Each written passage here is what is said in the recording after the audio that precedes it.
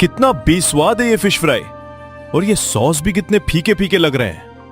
इसमें ना तीखापन है ना ही झंझनाहट। सारा मूड खराब कर दिया। छी, थू थू, ये क्या है? बाहर से तो करारा, अंदर से मछली बिल्कुल बेस्वाद और कच्ची भी लग रही है। इसमें तो स्वाद ही नहीं है। सोहन का माथा ठनका। उसने झट से कहा, कोई बात नहीं भाइयों, नया दुकान है, सुधार हो जाएगा। लेकिन लोग एक बार चक्कर चले गए, वापस कोई नहीं आया। धीरे धीरे सोहन के स्टॉल के पास सन्नाटा पसर गया, जबकि रघु की कढ़ाई के पास अब भी लाइन लगी हुई थी। सोहन की जलन अब आग में बदल चुकी थी। ये कैसे हो सकता है? उस गवार के पास ऐसा क्या है जो मेरे पास नहीं? जरूर उसके मसाले में कोई जादू है।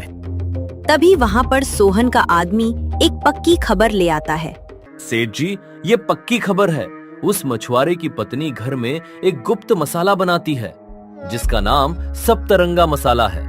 और इसी से उसके फिश फ्राई में वो अनोखा स्वाद भी आता है। और वो मसाला घर के अंदर एक हांडी में रखा है, और उस मसाले को बनाने में कम से कम 25 दिन लगते हैं।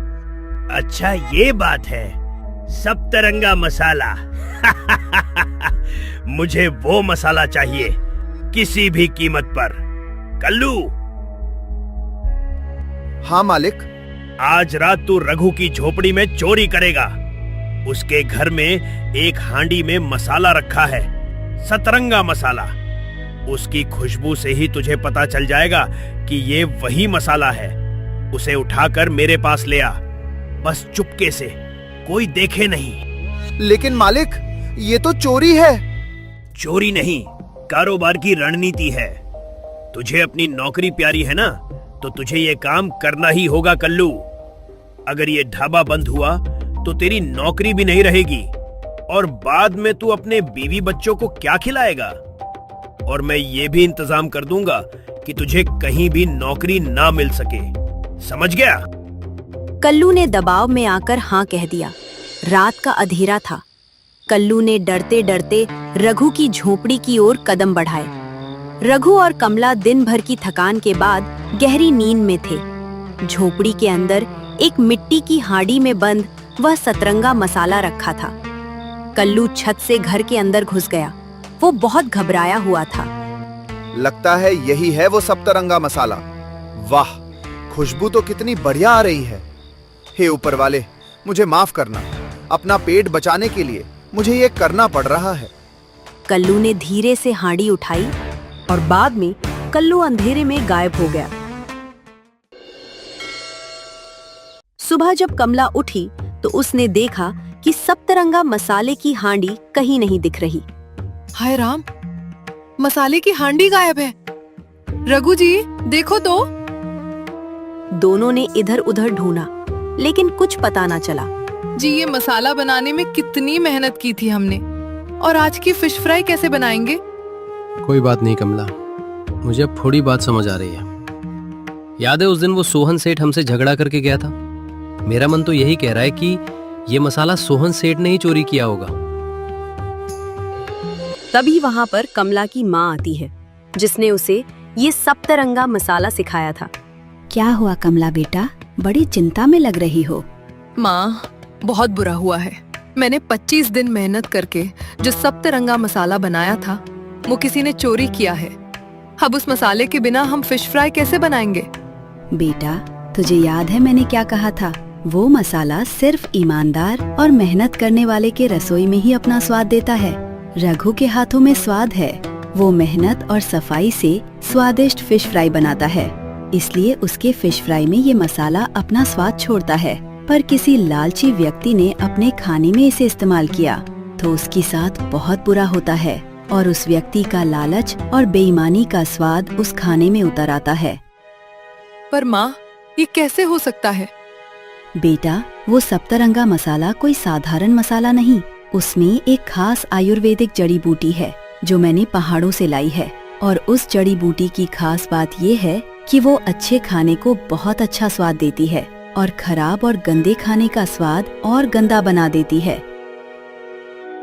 बेशक ये मसाला उसी ने चुराया होगा जिसे रघु के फिश फ्राई से जलन है, और वो अब इसका इस्तेमाल अपने खाने में करना चाहता है।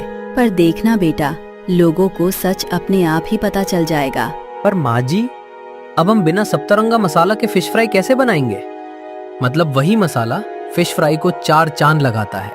चिंता मत कर रघु बेटा, मुझे पता था कि तुम्हारा काम अच्छा चल रहा है और तुम्हें और मसाले की जरूरत हो सकती है, इसलिए मैंने खाली समय में ये सप्तरंगा मसाला बना कर रखा था। जब तक कमला और मैं दूसरा मसाला बनाते हैं, तब तक ये मसाले से काम हो जाएगा। माँ की ये बातें सुनकर कमला और रघु राहत की सांस लेते हैं। अगले दिन रघु जब अपनी फिश फ्राई की दुकान लगाता है, उसकी दुकान से भी बड़ी अनोखी स्वादिष्ट फिश फ्राई की खुशबू आने लगती है। आज रघु ने पहले दुकान लगाई थी, इसीलिए सभी लोग उसी की दुकान पर गए थे। क्या रे कल्लू, तूने सारा सतरंगा मसाला लाया है, तो रघु के दुकान से आज इतनी अच्छी फिश फ्राई की खुशबू कैसे आ रही है? सेठ जी, हांडी तो आपके ही पास है, फिर भी आप पूछ रहे हो। लगता है उसने केमिकल मिलाया होगा। देखना, बाद में सारे ग्राहक अपने आप आपके पास ही आएंगे जब आप ये मसाला डालेंगे। तू रुक जा, आज मैं फिश फ्राई बनाऊंगा। सोहन सेठ अपनी दुकान में फिश फ्राई तलने लगता है, पर तभी सभी लोगों को एक बहुत बड़ा सरप्राइज मिलता है। सोहन का आदमी वहाँ आता है। सेठ जी, गांव में मंत्री मिस्टर आए हैं, चाहे तो उन्हें आपके दुकान पर बुला दो, आपकी इज्जत और बढ़ जाएगी और आपको पीजी से अवार्ड भी मिल जाएगा। सरपंच जी तो आपके पहचान में ही है ना? क्या देश मंत्री खुद यहाँ आए हैं? इसका मतलब टीवी वाले भी साथ में आए होंगे। यही असली मौका है देश में मशहूर होने का। ठीक है, जल्दी से सरपंच जी को मेरा नाम बता दो और वो यहाँ भेज दो। सोहन सेठ जल्दी में ये भूल गया कि उसने खराब मछलियाँ इस्तेमाल की हैं और सतरंगा मसाले से खराब खाने का पता चल जाता है। थोड़ी देर बाद वहाँ मंत्री भी आते हैं और इम्प्रेशन डालने के लिए सोहन सेठ खुद फिश फ्राई बनाने लगता है। सोहन जी, मुझे ये देखकर बहुत खुशी हुई है कि आपने अपना ढाबा बहुत साफ सुथरा रखा है। चलिए जल्दी से फिश फ्राई खिलाइए अपनी। वैसे खुशबू बहुत बढ़िया आ रही है, मानो पहली बार ऐसी खुशबू सूंघी है। ये खुशबू तो अच्छी है, पर उससे भी अच्छा ये फिश फ्राई है। लीजिए, ऐसा फिश फ्राई गांव में कहीं नहीं मिलेगा। सोहन टी को फिश फ्राई खिलाता है। ची थू, ये क्या? तूने सही कहा है, ऐसी फिश फ्राई गांव में क्या कहीं नहीं मिलेगी। कितनी बेहुदा और गंदी फिश फ्राई है ये, इससे खराब मछली की टेस्ट आ रही है। सोहन बहुत डर जाता है, उसे समझ नहीं आ रहा था कि आखिर ये क्या हो रहा है। इंस्पेक्टर चिंगम, इसके दुकान की अच्छे से जांच करो। लगता है ये आदमी मिलावटी खाना बेच रहा है। इसने देश के मंत्री को नहीं छोड़ा तो आम लोगों को तो इससे भी गंदा खाना खिलाता होगा। इंस्पेक्टर चिंगम सभी फिश की जांच करता है। जांच के बाद ये सामने आता है कि सभी फिश खराब है और कई दिनों की बासी है। इंस्पेक्टर जी, इसे अभी के अभी जेल में भेज दो और इसका ढाबा भी सील कर दो और इसे ऐसा सबक सिखाओ कि दोबारा ऐसा ना कर पाए। लोग टीवी पर ये सब देख रहे थे। अब तो पूरे देश में सोहन सेठ की बदनामी हो गई थी। पुलिस सोहन को जेल भेज देती है। वहां थोड़ी दूरी पर और एक फिश फ्राई वाला है, हमें उसकी फिश फ्राई भी देखनी होगी। क्या पता ये भी मिलावट कर रहा हो। हाँ, तुमने सही कहा। अब आए हैं तो ये भी देख ही लेते हैं। तब प्रति रघु के दुकान पर आते हैं। रघु प्रति को फिश फ्राई देता है। मंत्री वो फिश फ्राई खाते हैं। वाह वाह वाह, क्या बात है, क्या बात है। मैंने ऐसी फिश फ्राई कभी नहीं खाई। क्या बात है। वैसे नाम क्या तुम्हारा? जी, मेरा नाम रघु है और मैं एक मामूली मछुआरा हूँ। जिस सोहन सेठ को आपने जेल में डाला है, उन्होंने ही नदी में मछली पकड़ने से रोक लगा दी थी, इसीलिए मुझे ये फिश फ्राई का दुकान लगाना पड़ा। ओहो, अच्छा, अब समझ गया मैं। मतलब तुम्हें ये लालची सेठ परेशान कर रहा था। बहुत बढ़िया बेटा, तुम सचमुच बड़े हिम्मत वाले हो और तुमने आत्मनिर्भर होने का एक बहुत बड़ा उदाहरण सभी लोगों के सामने लाया है। हम तुम्हें अवार्ड देना चाहते हैं और तुम्हें सरकार से आर्थिक सहाय भी मिलेगा। बधाई हो बेटा।